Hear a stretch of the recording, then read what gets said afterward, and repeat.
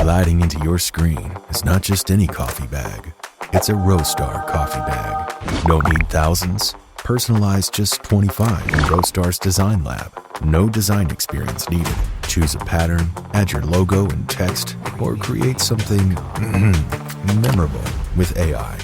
Being made in the Midwest, you can expect it on your doorstep in no time. Now that was smooth.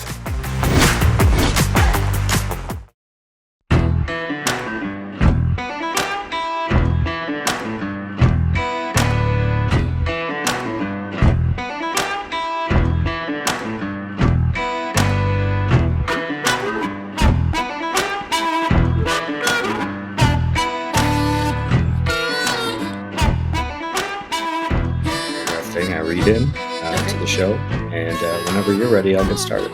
Awesome. I'm ready. Great. Then I'll say, hey, everyone. Welcome to the Coffee People podcast presented by Roastar Coffee Packaging.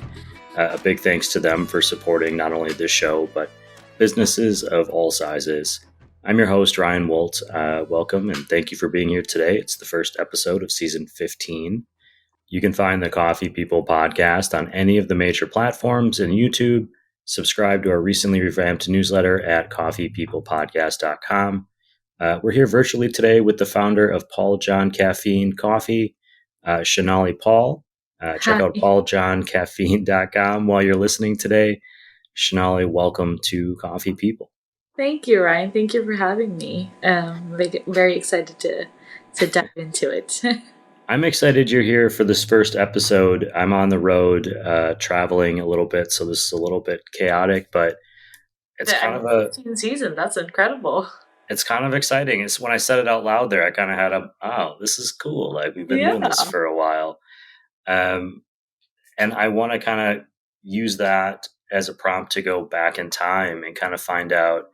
I did a little bit of research on you and your family and some of the things you have, but I'm wondering if you have some memories of coffee or a first coffee experience that stands out that might have been the seed to set you down the path you're on now, which we'll get to in a minute. Yeah, for sure. I mean, so I'm from the south of India, and so that's a region where we actually do drink coffee more than we drink tea. Culturally. And so coffee kind of started really early on in my life. And so one of those first experiences, I can't necessarily remember the first time I had coffee, but I very much remember the feeling and nostalgic feeling around coffee that very much stemmed from my childhood and like visiting family back in India and the experience behind the coffee, and that's always been, I guess, the budding experience or memory that kind of started this whole journey for me. You mentioned that you're from a region of India where coffee is more common, maybe than the outside perception would be. When you say more common, do you mean majority? Do you mean?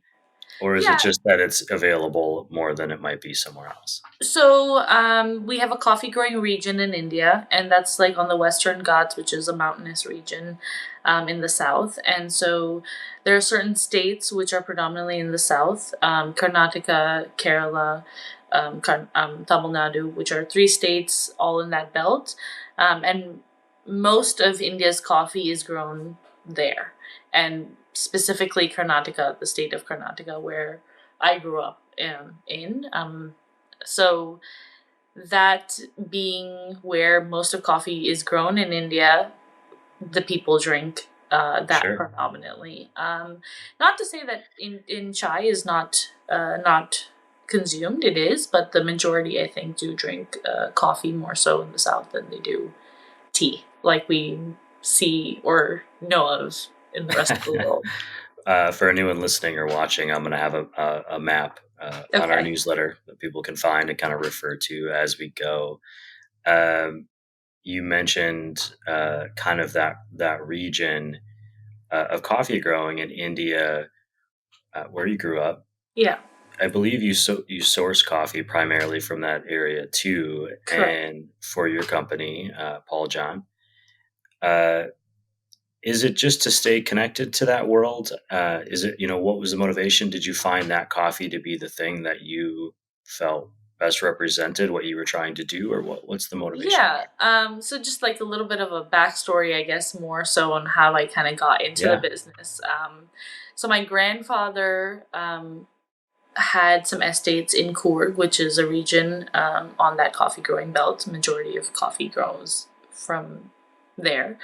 And so he had some estates way back when he was starting his businesses and things like that. He moved from Kerala to Coorg and started this. And so he had some estates, and it's always been in the family. They still continue to be in the family. In fact, one of the many estates that he had is currently one of our resorts. And so we have a coffee experience center. We have the coffee, part of the estate still there, Mhm. and so guests are able to fully experience the coffee world and like how it's grown and an estate, and so that connection to the estate and the coffee growing region definitely sparked the interest, and that's where you get most of your coffee. And so we're able to source our beans from that whole region. It's a small world. Everyone knows everyone. Estate owners are, it's generational. It's passed down from father to son to daughters to, it's been multi-generational. And so having that full tie of my grandfather being there and like my dad growing up there and then me growing up there, we have a bunch of friends whose fathers were estate growers and things like that. So those personal connections help you identify source. You're able to highlight various regions or coffee varieties, and India has a coffee board.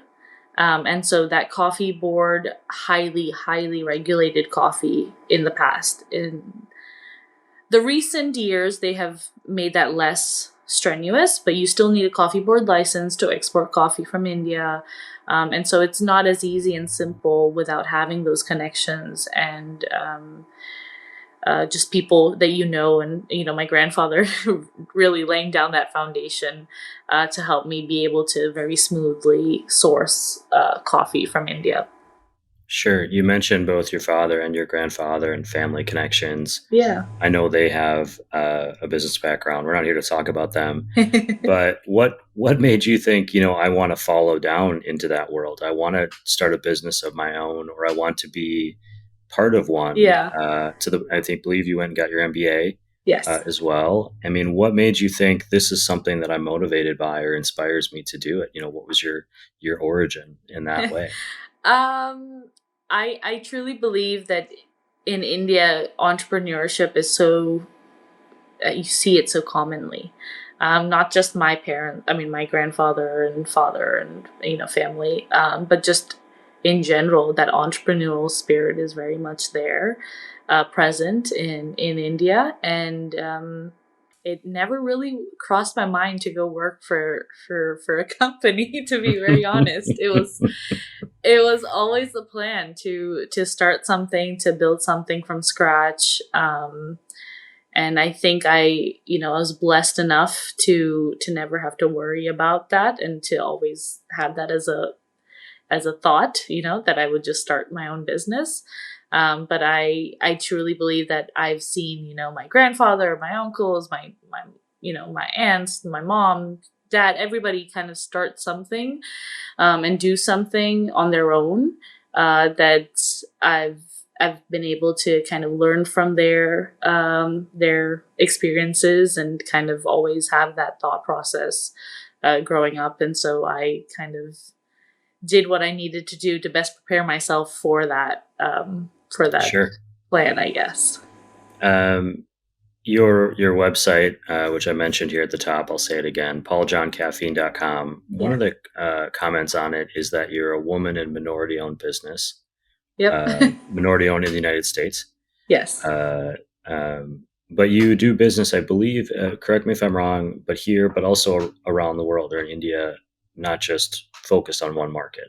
Yes. So actually, so we started off, the whole company started with the concept of trying to bring Indian coffee to the Western world. Hmm. I've studied, like you mentioned, I did my MBA, but I did it in Switzerland.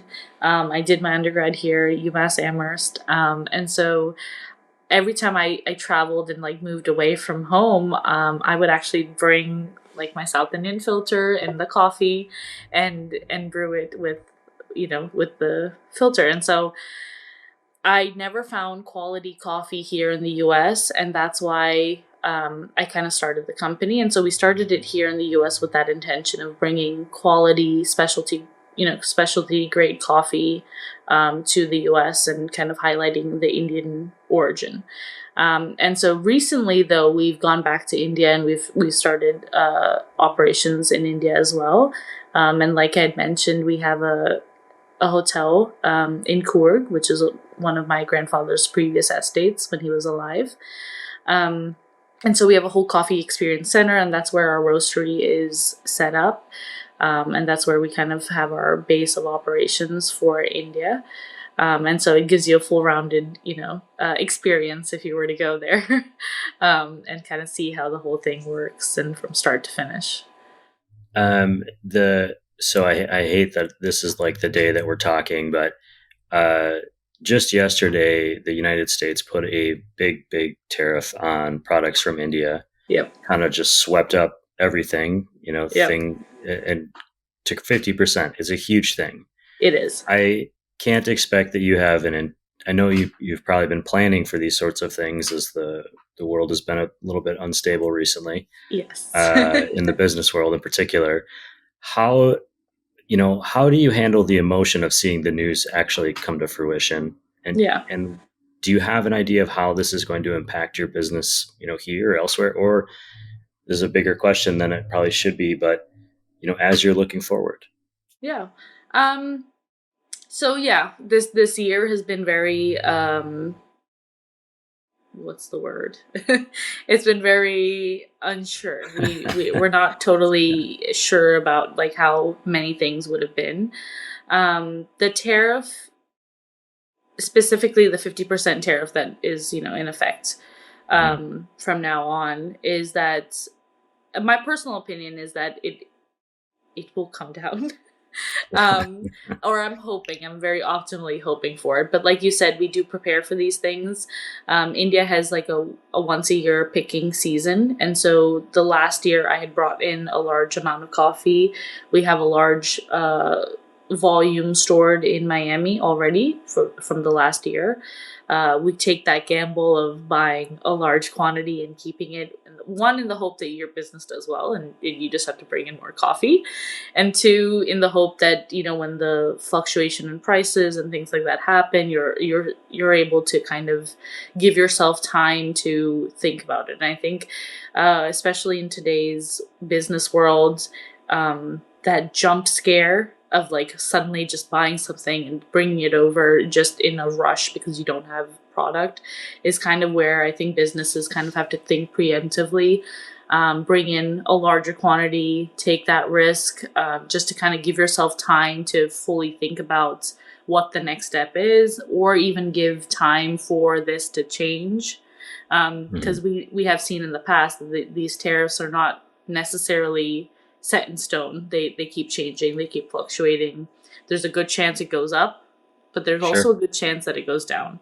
And coffee is something specifically that I hope the National Coffee Association and those kind of associations lobby and kind of have our voices heard, because America doesn't produce coffee besides Hawaii.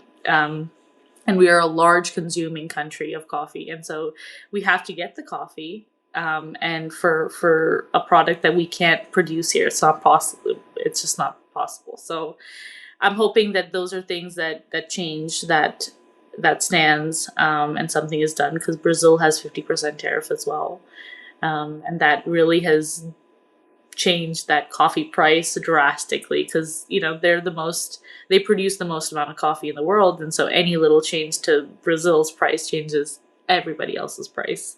Sure. Yeah, Um, they're dragging, their weight pulling people along. Correct. Their Yes. logistics affect everyone's. Correct. Yeah. And so we're really hoping. I'm personally hoping that we have some time because India's picking season is December, January, February, and so by the time we actually get new crop of coffee, it's really April, May that kind of really lands here. So I am optimistic in that sense that I've preemptively brought in a large amount of coffee from last year. That the once a year that we bring in coffee. And that's kind of how I've prepared for it. And I think that that's how most coffee companies would have done, is kind of have a stockpile Sure. of coffee if they could, the best that they can Yeah, with this situation. it definitely, if you have the ability, it gives you a little bit of a hedge. Correct. And Yeah. it's, smaller. If you're smaller or you're a boutique, you may not It's have harder, that. for And that's sure. where it's going to, depress some of that market. And that Yeah. industry. And that's another stance that I've had since we actually import coffee ourselves, the green coffee. We source it from estate owners and we import it ourselves. We do sell the green coffee also because our goal is to kind of highlight India as an origin, not just as us as roasters. So, even in terms of our prices, I've kind of had the stance of, okay, I buy it once a year. This is what my price is. I'm not fluctuating it just because I know I can command Sure. a higher price. This is what it is. And that's kind of what I've done with my customers too, is that, I'm going to extend that same pricing stability to you because I have it. And when the time does come that I have to increase it, I hope you understand that, I'm doing it because I have to and not Sure. because of anything else. Building foundational loyalty. Correct. That's Yeah. kind of that goal.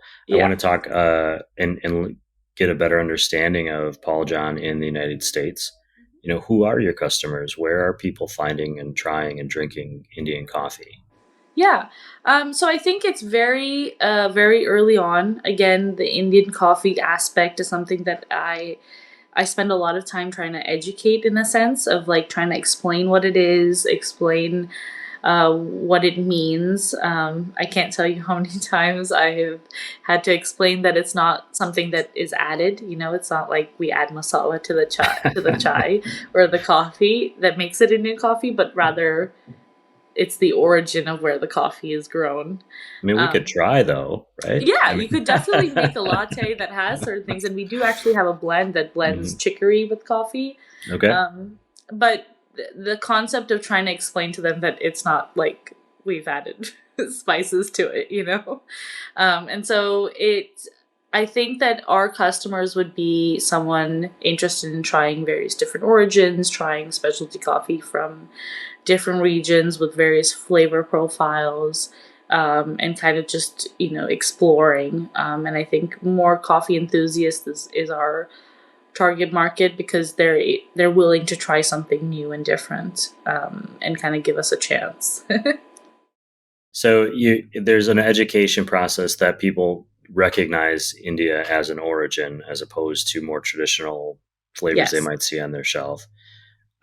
Is there, obviously regionally and because of the terra firma below it, there's going to be uniqueness to Indian coffee. What is it about Indian coffee that speaks to you or that you try to convey to people, hey, this is why you should give this a chance? I think Indian coffee is so unique because of the fact that it's shade grown.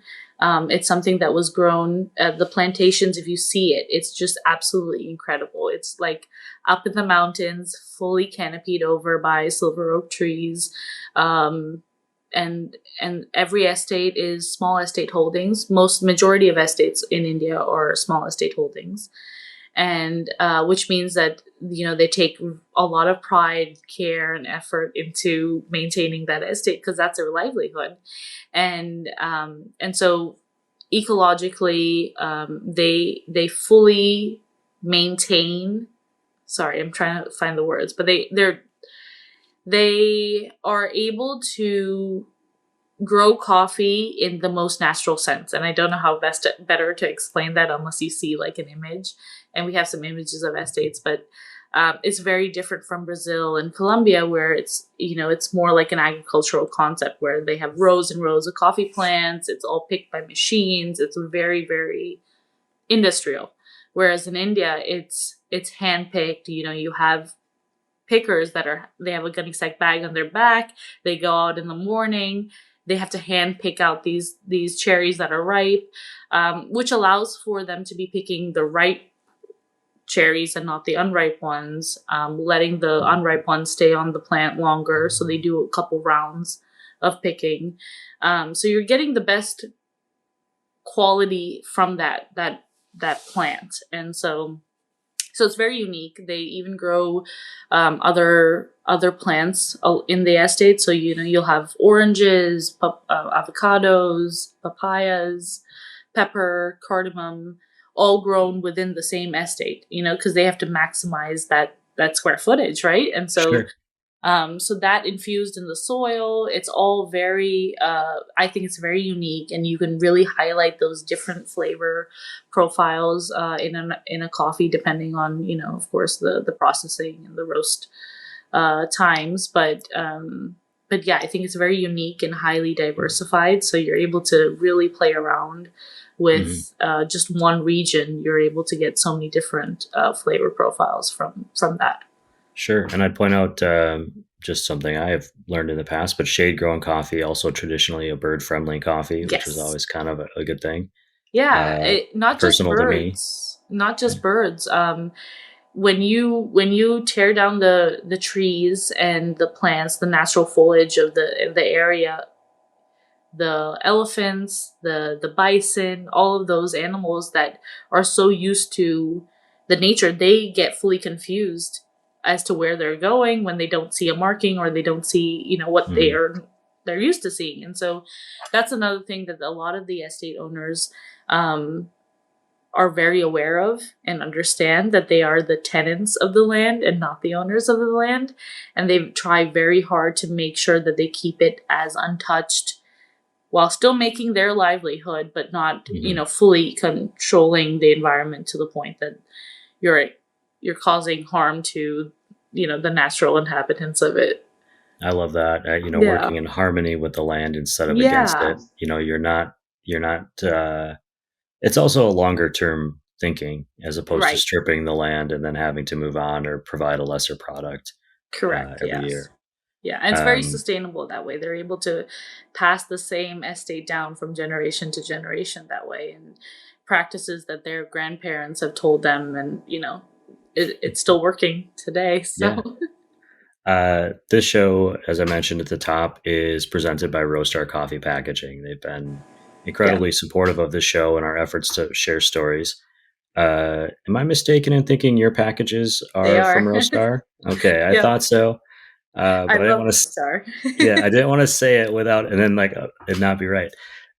They've also asked me to ask people like you if you have advice for burgeoning entrepreneurs. They were once a small company. They've been growing, helping other companies grow as well.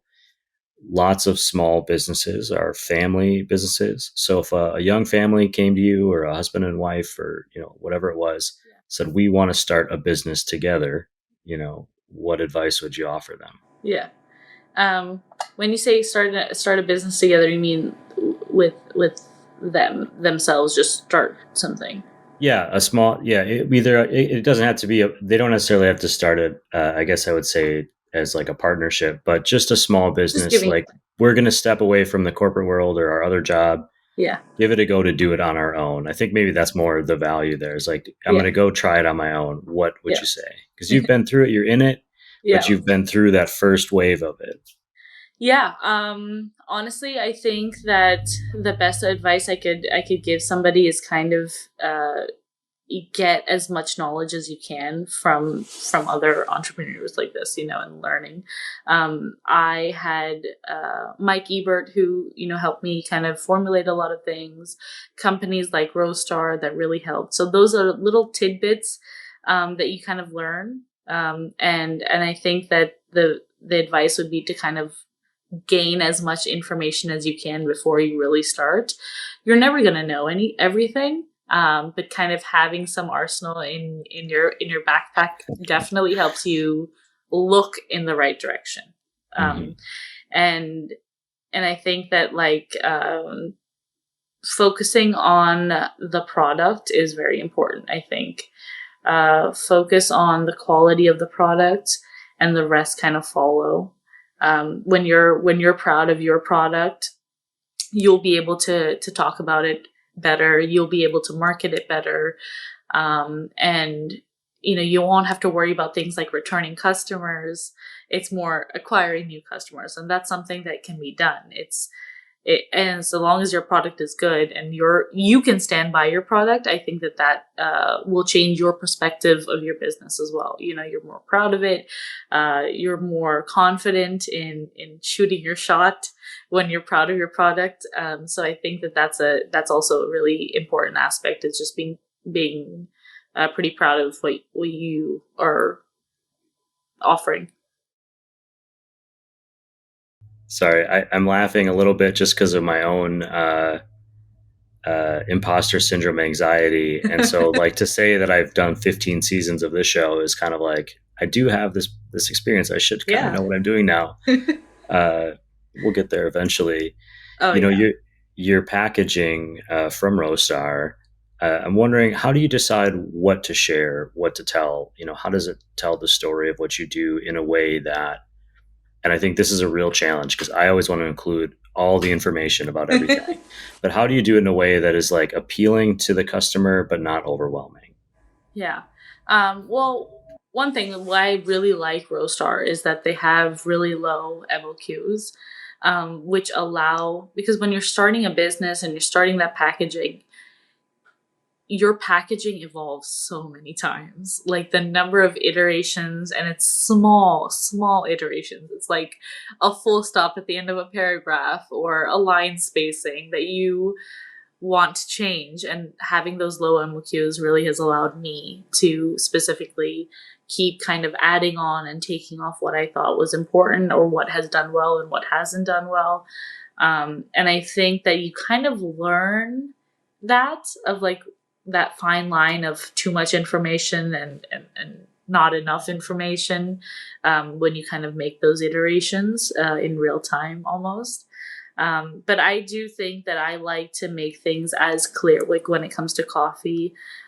Sometimes we overwhelm it with so many notes and so many so much information, the altitude and the things like that. It's like, it is really nice to know those things if you wanted to know those things. So, if you were able to go look it up on the website. But when you're trying to make a quick preemptive decision and you get too much information, it's kind of almost like nerve-wracking, and you're like, okay, never mind. I don't want to do this, and I think that the flavor forward perspective is how you should tackle packaging, is kind of focusing on the flavor that the coffee is providing, because that's what people are going to, at the end of the day, taste the cup of coffee and then associate to that specific blend.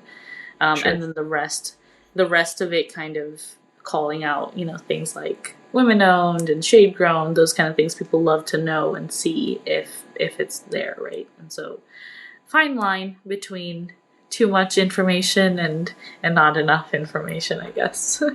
I love your current bags have a very distinctive look. The shades of brown, the color blocked panels.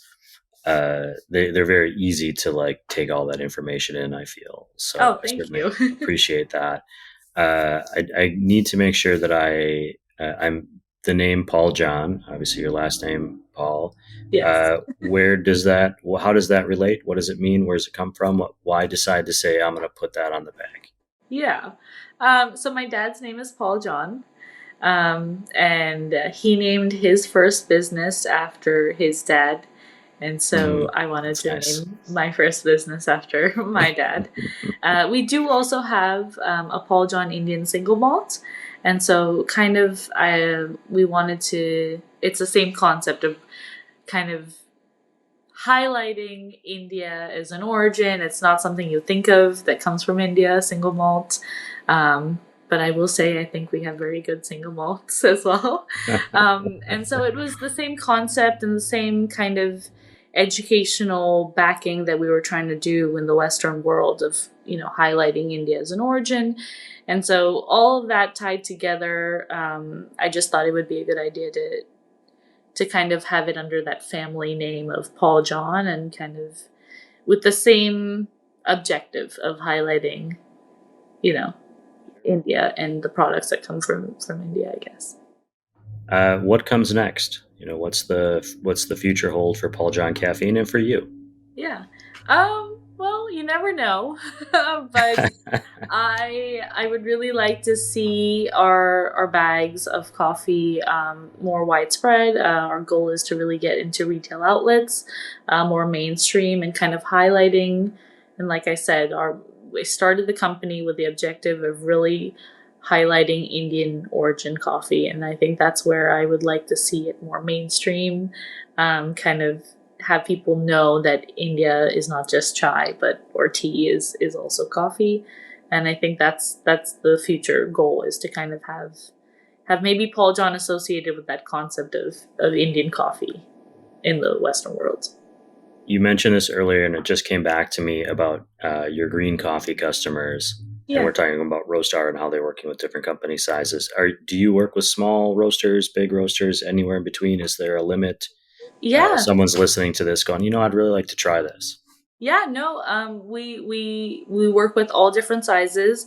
We have large traders that buy green coffee from us. And then we also have small, individual cafe roasters that will buy small quantities and a certain number of pounds. And we're able to do that, kind of break it up. We're not one of those big traders where you have to buy a certain number of pounds of coffee, or you have to bring in a whole container, or it's nothing. And I'm quite proud of the fact that we bring in a variety of Indian coffee that most people don't have, other green coffee traders. Most people know Monsoon Malabar as a green coffee from India, and maybe a Robusta. But we bring in 6 different varieties on a stagnant, and then we're able to source and bring in, micro lots and various other versions because of the connections that we have in India.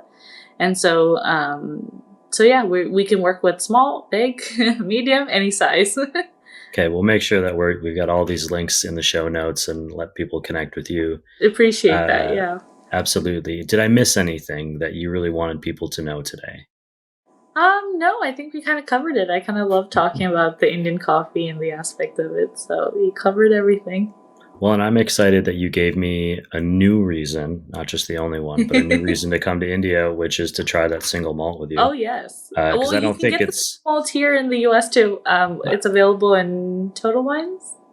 Okay. Well, I'll look for it, but I also feel like maybe I need like a business reason to go to India. Oh, yeah. I think that would be most... we have a distillery, actually, and you can go try out all the single malts. And so, yeah, if you're definitely a fan of single malt, give it a try. Well, I am, and that's wonderful. Probably what I'll have next. But Okay. when you happen to be out and about and you are stopping in a new cafe and they don't have your coffee yet, Yes. but they probably will at some point, what are you going to order? Oh, so a lot of people ask me, like, what's my go-to? So in a cafe, though, I will get a plain, like, if they have a drip, I will get a drip coffee. I like black coffee, no sugar, no milk, one of those kind of things when I'm trying something new. And that's solely because I'm in the coffee industry, to be very honest. I want to taste it. I want to see, all those flavor profiles and be a little nerdy about it. But I really do like a coffee with milk and sugar too. So it really depends on the mood. I can't tell you, how much I appreciate your time, the consideration to be here, sharing some of this information. Oh, thank you for having me. At what is a chaotic time in coffee and in business, generally speaking. To everyone else, that's our show for today. PaulJohnCaffeine.com. You can find their selection of coffees. You can learn more about the story of the company and about Shonali. Thank you for tuning into this show, the Coffee People Podcast. You can find us online at coffeepeoplepodcast.com. You can probably see that I'm reading some of this because it's a new season and I haven't memorized it yet. You can search for it on all your favorite platforms, including YouTube, Apple, Spotify. Thanks to Roastar for supporting us. Check out all their coffee bag options on roastar.com. You can also find the rest of our supporters and our sponsors. We're going to roll that list here at the end of the credits. Don't forget to tip your baristas. Thank you for listening, for watching, and of course, for drinking good coffee.